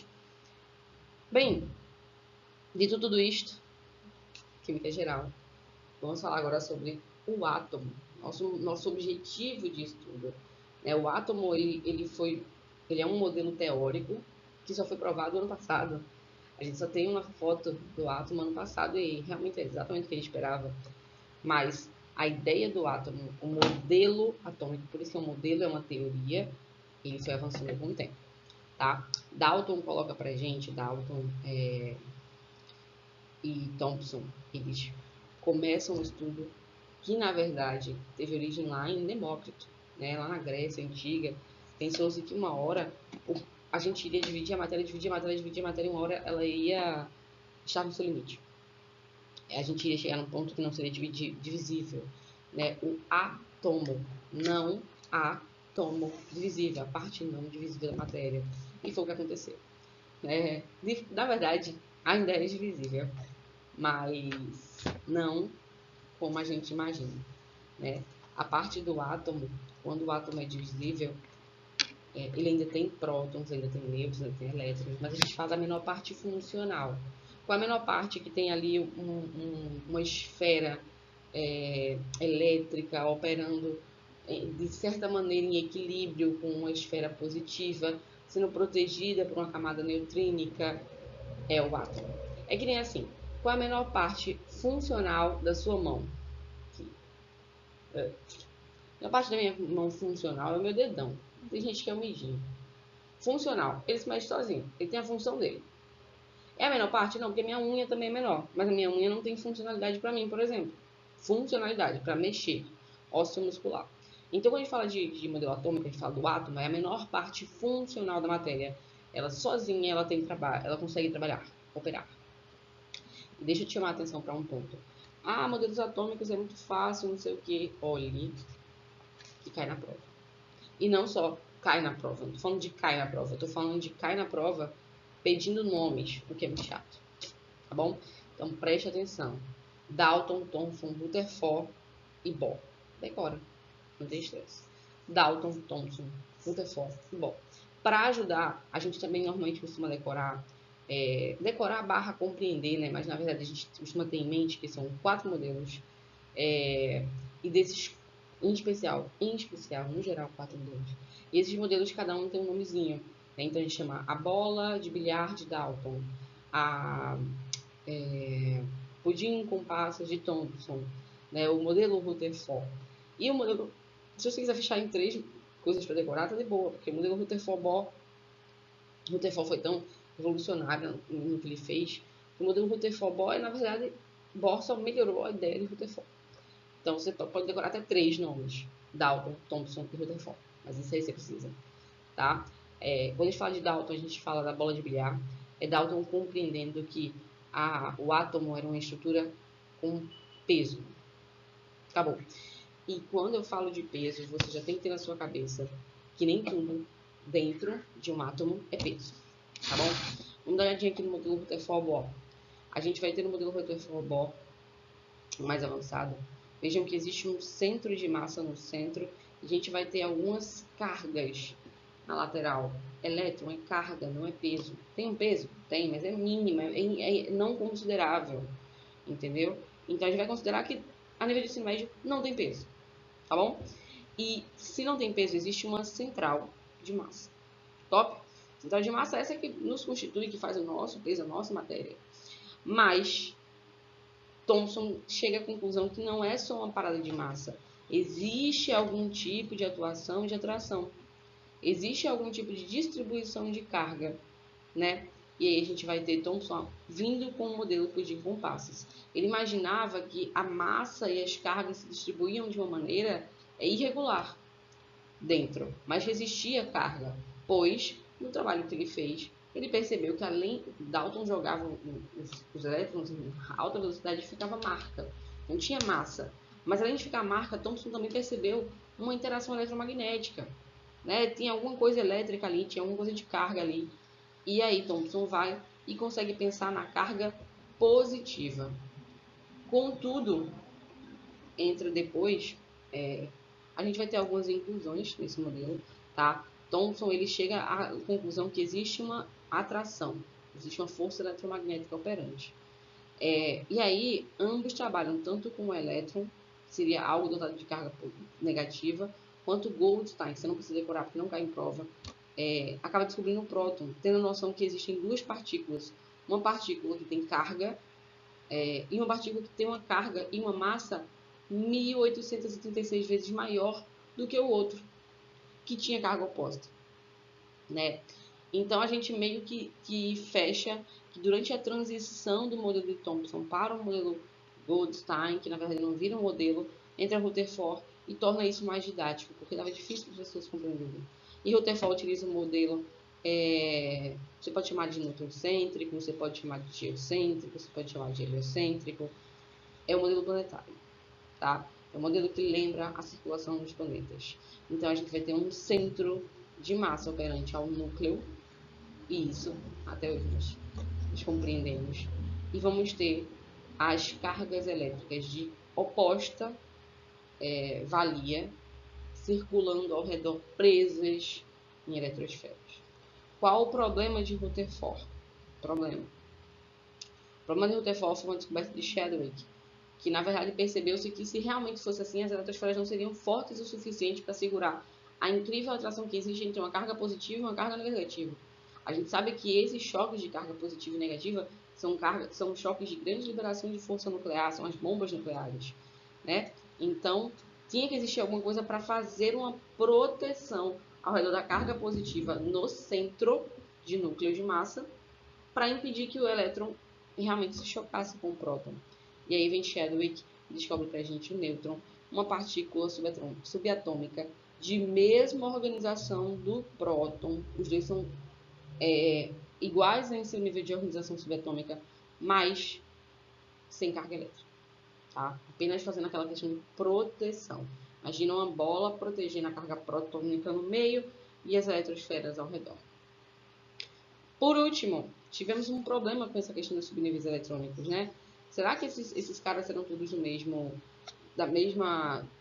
circulavam no mesmo ponto o elétron, né? Porque o elétron não tinha massa, o elétron é muito energético, ele não tem massa, ele tem uma capacidade de acabar se movendo infinitas vezes. A gente fala, né, que localizar um elétron é uma parada meio impossível. É aí que surge a questão da física quântica. A gente não pode dizer onde o elétron está, a gente quantifica mais ou menos aonde ele poderia estar. Mas qual foi o problema? A gente percebeu que essas eletrosferas aqui, elas não eram muito reais, né? Vou dar um exemplo para vocês. A gente tem os subníveis eletrônicos, né? Deixa eu ver se eu consigo aqui anotar para vocês. Acho que não vai aparecer. A gente tem os subníveis eletrônicos que falam que na família K, no primeiro nível de eletrosfera, cabem 2 elétrons. Até aí nós temos 2 elementos, cada um com um próton e equivalente eletrônico, né? Então, o hidrogênio, ele é hidrogênio 1, ele tem um próton, ele tem um elétron e ele ocupa K1. Aí na K2, nós temos o hélio, tem 2 prótons para equivalência 2 elétrons, beleza. Quando chegava na família L, nós tínhamos 8 capacidades eletrônicas. Temos 8 elementos. Aquela segunda família, tabela periódica. Mas quando chegava na terceira, não batia. Porque nós tínhamos capacidade para 18 e só existem 8 elementos naquele espaço. Então percebeu-se que talvez a história do subnível energético estivesse um pouquinho errada e a gente descobre os subníveis energéticos. A conversa do sem pão da fome, né? Só para a gente mais uma vez conversar, quando a gente vai lá na tabela periódica, a gente precisa ter noção que existe o que é que torna os elementos, os átomos diferentes, né? É o número atômico. Então, o que é que faz o hidrogênio seu hidrogênio, o que é que faz o hélio seu hélio? O hidrogênio tem um próton, para equilibrar ele tem um elétron, e em tese deveria ter um nêutron para segurar a parada. No hélio, ele tem 2 prótons para segurar, ele precisa de 2 elétrons, e aí ele vai ter 2 nêutrons para segurar. Então, o hélio, a gente sabe que é aquele gás, se você inalar, por exemplo, vai ficar com a vozinha fina, é um elemento muito estável, não se liga com ninguém. Nós temos o hidrogênio, que faz bombas de hidrogênio, que faz gás de hidrogênio. Nós vamos ter o hidrogênio que se liga com a água, vamos ter o hidrogênio que tem essa capacidade incrível de ligação com outros materiais, e que se ele estiver na forma hidrogênio H2, né, o hidrogênio gás, ele é extremamente letal para você, né? Então, inflamável. Então, o que torna esses elementos diferentes, com comportamentos diferentes? É justamente a quantidade de prótons, elétrons e nêutrons. E quem guia isso são os prótons, é o número atômico. Então, lá na tabela periódica, você vai perceber que os elementos são organizados através do seu número atômico. Tá? Então, 1, 2, assim por diante. O número atômico é a quantidade de prótons e, obrigatoriamente, ele está falando da quantidade também de elétrons, porque eles vão se equilibrar, tá bom? E vamos falar de massa, porque, como eu falei, o que tem massa, de fato, no centro do átomo é o núcleo. E esse núcleo é o que nos forma. Se eu consigo ter noção, por exemplo, de quantos átomos eu sou feita, de quanto pesa dos meus átomos, digamos que era o mesmo elemento, e eu consigo multiplicar isso, eu vou ter minha massa. A massa dos prótons é medida por um U. O U é o décimo... Deixa eu fechar assim com você. U é o peso de um próton. Acabou. Você não ficar nervoso.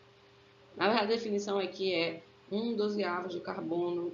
Você não precisa disso. Se você saber que, na verdade, é a aproximação do peso dos prótons, que é o mesmo peso dos nêutrons. Ok? E aí, o número de massa em U, tá? Se eu estou falando que o hidrogênio tem um próton e um nêutron, ele tem 2U.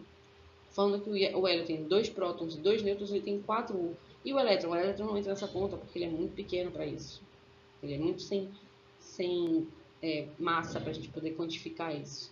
É quantificável? É, mas a gente não coloca isso no cálculo. Bom, quem está aqui, ó, a massa relativa de um elétron é de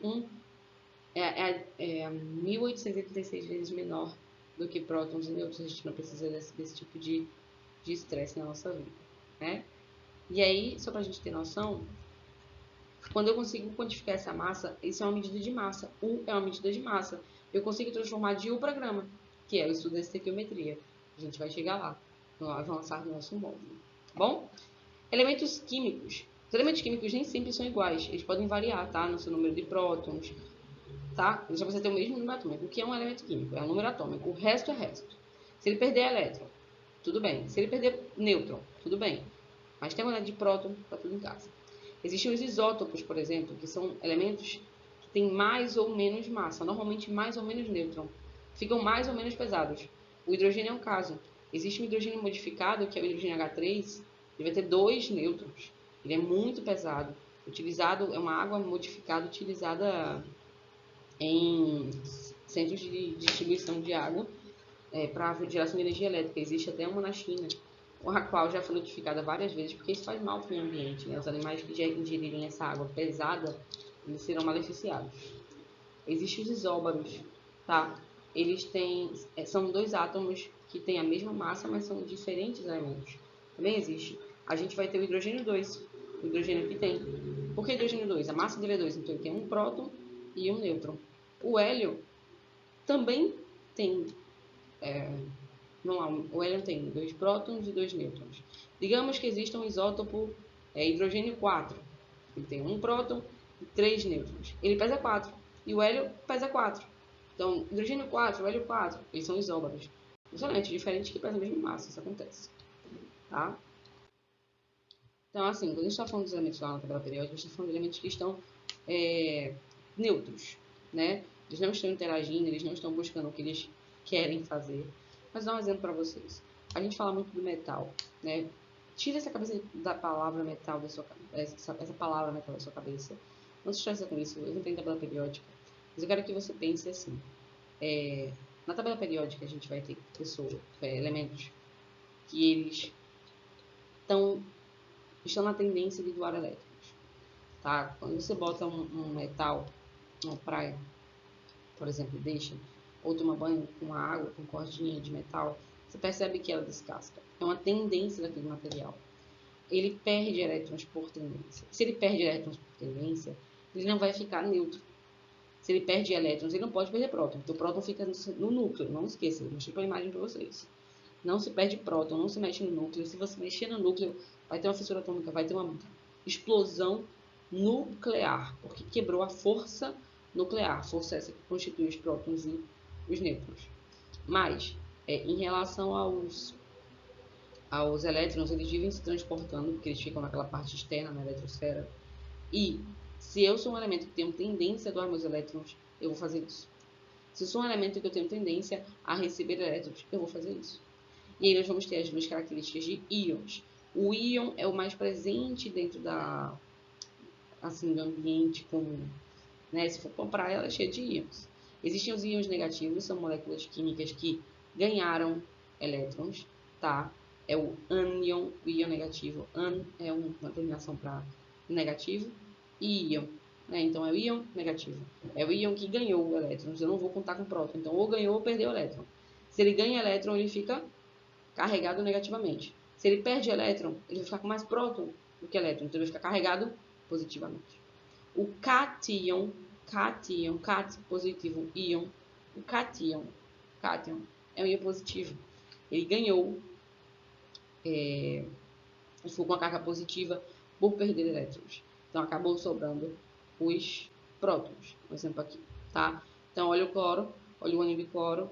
Ele normalmente tem um equilíbrio, mas se ele perder aqui, se ele ganhar elétrons, olha, 17 prótons e ganhou 1 elétron, com 18 elétrons, ele vai ser um ânion. Olha aqui o caso do sódio. O sódio tem 12 nêutrons, 11 prótons e acabou perdendo um elétron, ficou com 10. Então, a carga final deles, 11 mais, com 10 menos, faz mais 1. Ele tem mais 1 de carga. A gente costuma notificar isso bem aqui em cima do elemento. Bom? Pronto, pessoal. Voltando, vamos falar agora sobre níveis de energia, né? A gente viu isso em sala, mas retomando mais uma vez, o que descobriu-se? Descobriu-se que os elétrons vão se organizar dentro do átomo de acordo com a quantidade de elétrons que cabem em cada espaço. Imagina, literalmente, antes imaginava-se como uma eletrosfera mesmo, como, por exemplo, nós temos o Sol e ao redor do Sol, girando primeiramente, nós temos Mercúrio. Então, Mercúrio seria a primeira família, cabem 2 elétrons, e depois nós temos Marte, e aí em Marte caberiam 8 elétrons, que é aquela ideia das famílias, né? A primeira família, aquela que está na primeira parte da tabela periódica, tem 2 elementos, pois cabem 2 elétrons ali.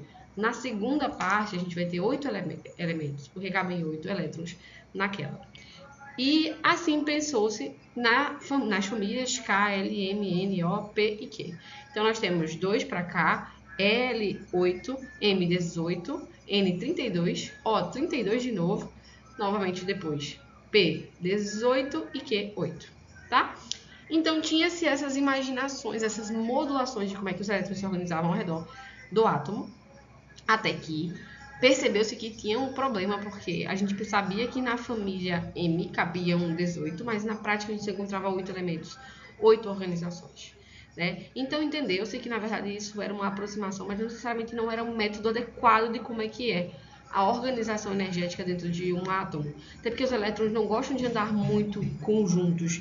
E os elétrons têm tão pouca massa, né? A gente considera praticamente irrelevante. Eles têm tanta energia que, na verdade, eles tinham esse comportamento de não necessariamente ficar andando uma coisinha bem estabelecida, mas era algo mais difícil de precisar. Tanto é que começa aí a nossa física, o nosso estudo da física quântica, né? A química quântica, que é demonstrando que a gente não pode dizer aonde o elétron está, por exemplo, mas a gente consegue quantificar mais ou menos no espaço em que ele estaria. E nessa quantificação, percebeu-se outra coisa. 2, 8, 18, 32, 32, 18, 8 estavam muito ligadas a 8, a regra do octeto. Né? A gente percebeu-se que os elementos, em especial os elementos que tinham dificuldade de estarem neutros sem se conectar com outros, né? Quem faz isso muito bem são os elementos nobres, né? Os gases nobres, eles não precisam estar interagindo com outros elementos para se estabilizar.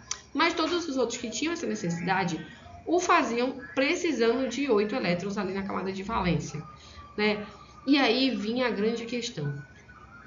Ou tentando alcançar 8, né? Por exemplo, se eu sou o oxigênio da família 6A, em tese eu estou na família 6A porque eu tenho 6 elétrons na minha última camada. Essa camada aí, essas várias camadinhas que eu falei para você. E aí, o oxigênio, por exemplo, sempre se ligava com um elemento que precisasse de 2 elétrons, e aí batia meio que 8, ou ligava-se com um elemento, 2 elementos, né, 2 unidades elementares, que precisassem cada uma de 1, totalizando 8 de novo. E aí foi se percebendo que existia essa questão da regra do octeto. Né? Então, por exemplo, um elemento que tinha mais ou menos 1, 2 ou 3 elétrons na sua camada de valência, para ele era mais interessante perder aqueles elétrons, mas isso garantia ali a estabilidade. Né? Se eu tenho um só, é muito melhor perder um elétron do que conseguir ganhar 7 para bater 8 na regra do octeto. Se eu tenho 2, mais fácil perder 2 do que ganhar 6. Se eu tenho 3, mais fácil eu perder esses 3 do que ganhar 5.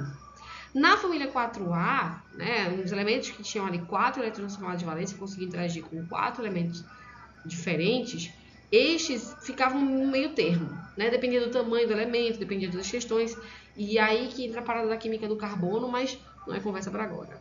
Já os elementos 5, 6 e 7, mesmo comportamento dos 1, 2 e 3, porém o contrário. Se eu tenho 5 elétrons, é mais fácil que eu ganhe mais 3 e finalize, então percebia-se eles se relacionando com os mesmos elementos, que eram esses elementos que faziam 3 ligações, né?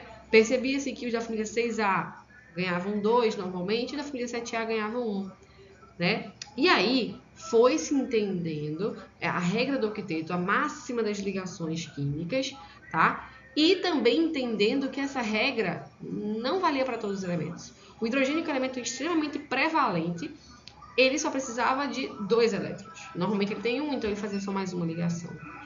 E aí chegou-se a mais um ponto. A regra do octeto, além de ser utilizável não para todos os elementos, mas para a grande maioria dos elementos, ela também evidenciou para a gente que parecia que existia uma organização energética, a qual o hidrogênio tinha, por exemplo. O hidrogênio só precisa de 2, beleza. E percebeu-se que talvez os outros tinham uma organização energética que combinasse-se com ela. Né? Que é o caso, por exemplo, como vocês já conhecem, dos subníveis energéticos S2 e P6. Né? Quando eu falo de 1 S2, eu estou falando que cabe 2 elétrons na primeira camada, e ela fica fechada. E eu tenho uma camada de valência 1, família K. Quando eu vou para a família L, que cabe 8, eles se organizavam de maneira que tinha 2 no spin S2, que é um spin bem organizado, tá? Bem estabelecido, na verdade assim. E no subnível P6, que aqui é esse daqui, cabiam 6 elétrons. E eles dois somados dava 8, que batia com a regra do octeto. Né? Na terceira camada de valência, embora cabem 18 elétrons, raramente se via os elementos... Estou falando de uma química mais rudimentar, tá? Esses elementos, esses 10 aqui, né? O que se via era mais uma vez 8, porque realmente na terceira família só tem 8 elementos. Por quê? Porque os elétrons preferiam ficar nas camadas S2 e P6. Né? Então existia uma ordem de ocupação dos elétrons. E chegou-se aí no conhecido Sempão da Fome, né? A nossa tabelinha de organização dos subníveis energéticos, né? De Pauling, né? E aí o que acontece? Só para vocês terem uma noção, tá? Vocês podem criar isso aqui. E vocês precisam criar isso aqui. Já vi cair questão de Enem, dizendo quantos elétrons o elemento tinha e perguntando onde esse elemento estava na tabela periódica. Porque isso aqui diz pra gente muita coisa sobre os elementos da tabela periódica, tá? Então, por exemplo, todos os elementos que terminam com S2, eles são metais. Eles são da família 1A ou 2A. Por quê? Porque a família 1A só tem um elétron. A família 2A normalmente tem 2 elétrons. E aí, quem é que só cabe 2 elétrons? O S2. Então, elementos S2 são daquela área ali da tabela periódica. Os elementos da P6. P6 é justamente do outro lado da família. Lembra que a tabela periódica tem um ladinho assim, que é a parte 1A e 2A, e a 3A pula aquelas 10 casinhas do meio de transição. E aí começa P1, P2, P3, P4, P5, P6. Família 3, 4, 5, 6, 7 e 8A, ou 13, 14, 15, 16, 17, 18. Literalmente, a 3A ou 13 é P1, todos acabam com P1. A P2, né, a 4, todos acabam com P2, tá? E isso justificava também porque os gases nobres não se ligavam com ninguém, porque eles já tinham fechado, né? Eles são P6, S2P6, então eles já têm 8, eles já fazem a parte da regra do octeto. Eletromagneticamente falando, eles são muito estáveis. E outra, a gente conseguia localizar também, através desse diagrama, a gente consegue localizar também a localização a nível, digamos que, como é que fala? Linear, né? A gente está falando de colunas antes, agora a nível de linhas. Por exemplo, quando o cara é do 4, ele está na linha 4, ele está a partir da quarta família, né? A KLMN, isso mesmo, a N. E aí você consegue entender a tabela periódica ou entender onde está o seu elemento da tabela periódica através desse diagrama. Basicamente, como é que eu monto esse diagrama, Bianca? Tem dois jeitos. Tem um jeito que é decoreba. Sem pão dá, sem pão dá fome, sem pão dá fome, sem pão dá, sem pão.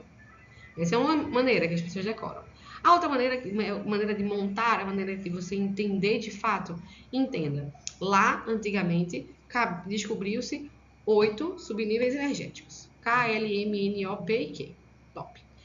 Na K cabe 2, na L 8, na M 18, na N 32, O 32, P 18, Q 8. Até aí tudo bem.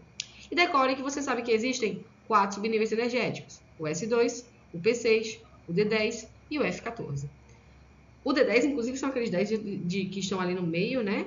Os metais de transição. E nós vamos ter abaixo o F14, que sempre fica escondidinho ali na tabela periódica.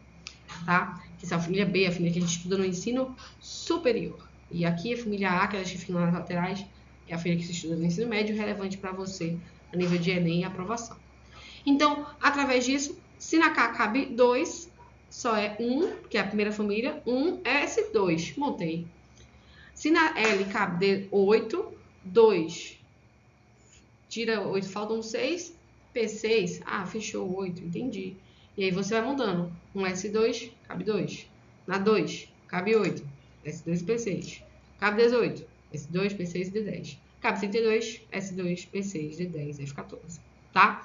E aí você vai traçar as regras de prioridade. Como eu falei para vocês, os elementos sempre vão querer mirar no S2, porque ele tem menos elétrons, menos espaço, sabe que os elétrons não gostam muito de se tocar. Então, sempre aponta para o S2 e volta. Ó, apontou para o S2, voltou. Apontou para o S2, voltou. Apontou para o S2, voltou. Sempre nessa organização para você conseguir montar aí o seu diagrama e conseguir aplicar no cotidiano. Beleza? E aí, ó, comecei falando da tabela periódica, que é o objetivo final da nossa aula aqui. Claro que a tabela periódica foi uma evolução, tá? Só para vocês terem noção. Inicialmente a gente tinha as tríades de Dobenheim. Dobenheim percebeu que existiam elementos que tinham um comportamento muito parecido e começou a organizar em tríades. Tríades essas que a gente até hoje vê elas próximas da tabela periódica, né? Então ele viu que o cloro, bromo e iodo eram muito semelhantes. Ele viu que o selênio, o telúrio e o enxofre também tinham aproximações, faziam ligações com os mesmos elementos. Tá? E hoje nós sabemos que essa organização bate com a nossa tabela periódica. Depois nós tivemos o parafuso telúrico de Cantuar. Né? Ele começava a fazer, além dessa semelhança entre esses elementos, também um encaixe de outros elementos que pareciam se ligar com outros. Digamos que hoje nós já sabemos, né? Nós sabemos que, por exemplo, um cara que é da família 2 vai querer se ligar com o cara da família 6, e normalmente isso bate muito. O cara que é da família 1 vai querer ligar com a família 7. Ou o cara que é da família 6A vai se ligar com 2 da família 1A, que ele só precisa de 1, né? Então, faz sentido. Aqui é só para vocês terem noção, tá? As oitavas de Newlands. Aqui vale ponto, já fica a questão de Enem. As oitavas de Newland. Newland era um cara que amava música, tá? Junto com Mendeleev, que era outro cara que amava música. E ele começou a perceber que existia uma parada relacionada ao 8. Nós sabemos hoje que isso tem a ver com a regra do octeto. Mas eles puxaram isso da música, né? A questão das oitavas, a questão das notas. E é interessante a gente ter noção. Mas, de fato, quem é que traz a tabela periódica para a gente? A nossa organizada. Mendeleev junto com Moseley. Mendeleev, ele consegue, como eu já falei, com a regra do octeto, criar as verossimilhanças, as interações entre essas regras de 8. E Moseley consegue organizar baseado em número atômico, aí com mais informação, com mais tecnologia, para chegar no que nós conhecemos hoje. E aí vamos falar sobre isso. E agora vamos falar da nossa tabelinha periódica, meu amor. Gente, essa imagem aqui é bem legal, ela tá cortada, mas dá para vocês entenderem, né? A tabela periódica, ela é organizada, hoje nós sabemos, de acordo com a sua divisão nos subníveis energéticos, né? Nós vamos ter basicamente duas organizações que vocês precisam ter noção. A primeira é que ela é um conjunto, né, com colunas e com linhas e colunas. Então, as colunas são a que a gente chama de família. Família 1A, família 2A, família 3A, 4A, 5A, 6A, 7A, 8A. O que seria essa família A? É essa parte aqui da lateral e aquela parte que fica aqui, 1 e 2, tá? Então, 1 e 2, aí vamos ter essas outras partes daqui. Então, o que é que eu quero que você entenda? Essa parte e essa parte que fica aqui, ambas são para estudar no ensino médio. Essa parte e essa parte no ensino superior. Elas caem, mas você não precisa saber decorado. Agora, essas duas aqui, externas, você precisa saber decorado, tá? E existem musiquinhas na internet que ajudam vocês a decorar, existem imagens que ajudam vocês a decorarem, tá? Existem vários métodos, mas a gente precisa ter noção, pelo menos, algumas famílias estratégicas. E também saber que essas famílias elas recebem nomes que elas têm algumas organizações específicas. Por exemplo, eu falei para você que a família 1A, 2A e 3A tem quantos elementos na camada de valência? 1, 2 ou 3, né? Então esse cara vai querer muito mais doar 1, 2 e 3 do que ganhar, do que conseguir ganhar 5, 6, 7 elétrons. Então esses caras eles têm facilidade de oxidar, perder elétrons, é o que eles querem fazer. E assim eles são chamados de metais. O que é um metal? Metal, para a química, é todo material que tem dureza, ele tem a capacidade de refletir a luz, né? Eles têm a característica de luminosidade, aquela visualização metálica. Normalmente, eles não possuem cores fortes, né? Normalmente são tons mais, como vocês sabem, metálicos, aquela característica de reflexão, eles não são elementos opacos. Eles conduzem a eletricidade, eles, para se tornarem líquido ou gasoso, precisam de altas temperaturas de fusão, altas temperaturas de ebulição. A família 1A é chamada de metais alcalinos, tá? Branquinhos. O caso do... Vocês vão ver, vou mostrar para vocês realmente. Metais alcalinos terrosos. Eles são alcalinos também, mas têm uma característica um pouco mais opaca, tá? Que no cálcio, por exemplo. A família 3A é a família do alumínio. Por quê? Porque o alumínio é, de fato, o único metal que tem lá, assim, tipo, cara de metal que a gente conhece, né? Questão de luminosidade e tal, distribuição no ambiente, os outros são elementos mais desconhecidos. A família 4A é uma família bem complicada, porque, como eu falei, você tem 4 elétrons, você pode ganhar 4 e perder 4, depende do seu tamanho. Se o elemento é muito grande, ele tem dificuldade de entrar e roubar, né? Então, normalmente, elementos maiores, eles não conseguem fazer essas 4 ligações. Eles acabam se comportando como um metal. Eles acabam doando elétrons, porque eles são muito grandes. E eles não conseguem ganhar esses 4. Então, eles acabam perdendo. Mais fácil para eles perderem. Com exceção do carbono, que é um elemento pequeno. É o primeiro elemento, né? A gente sabe que quando o elemento vai descendo, ele tem mais elétrons, ele tem mais famílias, então ele é maior. Ele tem um raio maior. No caso do carbono, ele é o primeiro da família 4A. Ele é bem pequeno. Ele consegue fazer 4 ligações. Isso é uma questão a mais do carbono, né? Que dá origem à química orgânica, que é o assunto do terceiro ano do ensino médio da química, tá? Por isso, essa família é chamada de família do carbono, elemento mais importante. Na família 5A, nós temos a família do nitrogênio, tá? A partir daí, da família 5A, 6A e 7A, nós não temos mais metais, nós temos outro tipo de elemento que faz o oposto dos metais. Se o metal quer oxidar, quer perder elétron, o cara quer reduzir, quer ganhar elétrons. A gente chama de redução, esse ato de ganhar elétrons, tá bom?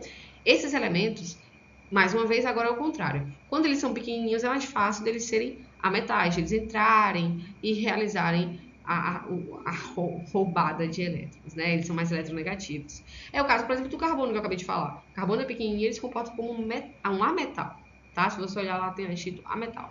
Já todos os outros são maiores que eles, são metais. E aqui a parada é a mesma. Os elementos que são mais superiores, eles são ametais, eles se comportam como metais, eles são pequenininhos, conseguem entrar, roubar e sair. Quando vai descendo a mesma família, o cara da família 5A. Mas se você olhar lá embaixo, você vai ver que existem metais 5A. Meu cara tem 5 e vai doar os 5. É porque ele é tão grande que ele não consegue entrar e roubar. Então ele acaba tendo que se comportar como metal. A família 6A é uma família bem famosa, os 7 porquinhos, né? Oxigênio, enxofre, selênio, telúria, bem legal para você decorar, é muito em prova. A família 7A, a família dos halogênios. Olha a diferença, calcogênios e halogênios. São duas famílias extremamente eletronegativas. Os caras precisam ganhar 2 ou 1 elétron muitas vezes, né? Aqui do halogênio, estou falando do flúor, do cloro, do bromo, do iodo. E aí a gente vê esses elementos em interação e na utilização cotidiana, muito importantes. Gases nobres, como eu já expliquei, família 8A, não interagem com ninguém, né? São os caras da balada. E aí, só para vocês terem noção, né? Em geral, os tipos de materiais, a gente vai ter os metais, como eu já tinha falado, os ametais e os semimetais. Vale a pena dar uma pausinha aqui, dar uma revisada, entenda que a palavra metal é uma palavra cotidiana, você sabe olhar para a parada e falar assim, isso é um metal, isso não tem cara de metal, então é algo que não é metal, não metal. Já os semimetais são componentes intermediários, né? Eles podem se comportar meio que como um, meio que como outro, são muito utilizados na tecnologia e basicamente depende de qual é o tipo de interação, são materiais específicos, basicamente não cai muito em Enem, mas você precisa conhecer que existem esses elementos meio que de transição. Para finalizar, sobre a tabela periódica. Gente, é nítido, eu não queria nem aprofundar muito nessa imagem do slide, eu quero que você tenha noção disso.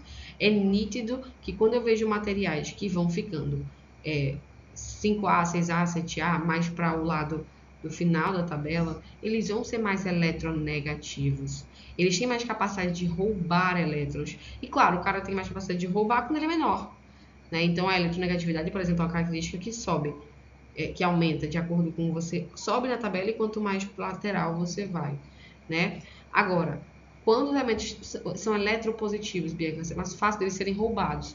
Quanto mais para a parte proximal, o comecinho da tabela periódica, e quanto mais para baixo. Porque quando mais para baixo, ele vai ser um elemento maior, que tem mais elétrons, que tem mais raio atômico, né? Acaba ficando muito grande. E aí, conheçam o básico. Essa capacidade de eletronegatividade, eletropositividade é importante para você conseguir se orientar, tá? No geral, para finalizar, uma aula gigantesca. Química, provavelmente é a maior dificuldade de vocês. Eu gravei essa aula em vários dias, como vocês devem ter percebido, porque ela é bem exaustiva. Então, tá tudo bem se você